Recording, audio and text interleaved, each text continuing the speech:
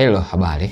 Leo kuna kitu nataka ni share kwa mtu yoyote ambaye anafikiria kuanza ujenzi au kwa mtu yoyote ambaye tayari kwenye sekta ya ujenzi. Before hujaanza kufanya ujenzi, once ushapata uwanja, kuna vitu ambavyo unatakiwa uvijue. Na vitu hivyo ni vitatu. Vitafanya ujenzi wako uwe rahisi sana. Kitu cha kwanza, once ushapata uwanja, jitahidi upate ramani. Ramani inakupa picha ya nini kile ambacho unaenda kufanya site. Kama ni nyumba ya kuishi, apartment au nyumba ya biashara, jitahidi sana upate ramani. Mtafute architect, mtaalamu mzuri kuchora ramani, mpeleke site. Then wasilisha zile idea zako. Nini unachoishi kukifanya? Kama ni nyumba ya kuishi, wasilisha unatamani nyumba yako iweje. Either ni paa la kujificha and wherever. Jaribu wasilisha mawazo yako. Unataka vyumba viwaje, sebule, jiko, unataka open kitchen nini. Hapo wasilisha zile idea zako zote ili uweze kupata kile ambacho mtu anakidream na kupata vitu kwenye dreams. Kwa sababu kumbuka, dreams zako lazima zikae kwenye nini? Kwenye michoro, zikae kwenye ramani. Kwa hiyo jitahidi sana upate architect mzuri, lakini pia wasilisha mawazo yako yote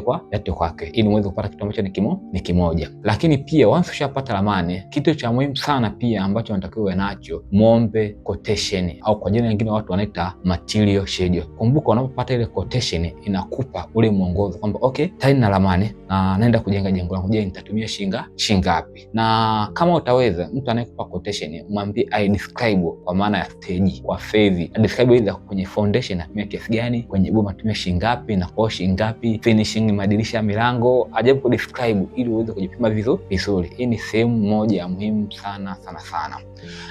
Once ushapata hizi quotation, then jitahidi omba vibali vya ujenzi. Mradi wako usajili kwenye manispaa husika. Mara nyingi tukishapata mchoro, stage inayofuata sana ni kuomba vibali vya ujenzi ambavyo vinatolewa kwenye maeneo ya manispaa husika. Kwa kama upo kwenye manispaa husika, jitahidi pata hicho kibali chako cha ujenzi. Then once ushasajili mradi wako kwenye mamlaka husika, nao andaa namna gani utausimamia mradi wako. Hapo unahitaji hizo, utafute fundi mzuri ambaye ataweza kusimamia mradi wako vizuri, au engineer ambaye ataweza kusimamia mradi wako vizuri. Angalia namna gani material yako utafikisha site kutoka point A, kutoka kwa supplier mpaka site. Lakini pia andaa mkakati namna gani utapata kwa material kwa bei nafuu. Huwa tunashauri sana watu wengi sana, jitahidi nunua mzigo in term of bulk. Kumbuka unaponunua in term of bulk kwa jumla, ndio hivyo unavyoweza kupata kwa punguzo.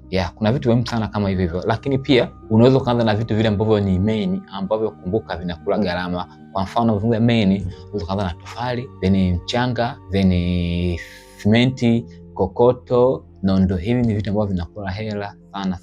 Kwa hiyo ukianza na hivi vitu, ukishavipunguza, ni rahisi sasa kuanza ujenzi wako. Kwa hiyo hii itakusaidia sana kukurahisishia kuweza kujipanga na zoezi lako zima la ujenzi. Lakini pia mkakati mzuri ambao unahitaji ujue ni namna gani ya kusimamia jengo. Kumbuka ramani peke yake haitoshi. Inahitaji uisimamie, upate kile ambacho ulikuwa na dream unakiwasilisha kwa architect. Naamini tunaelewana. Kumbuka sisi ni BLC Homes, tuna dini mambo ya uchoraji wa ramani za nyumba na ujenzi pamoja na supervision. Karibuni sana, tunapatikana Sinza, Palestina. Ushauri ni bure kabisa ukifika ofisini. Anteni, tuko pamoja.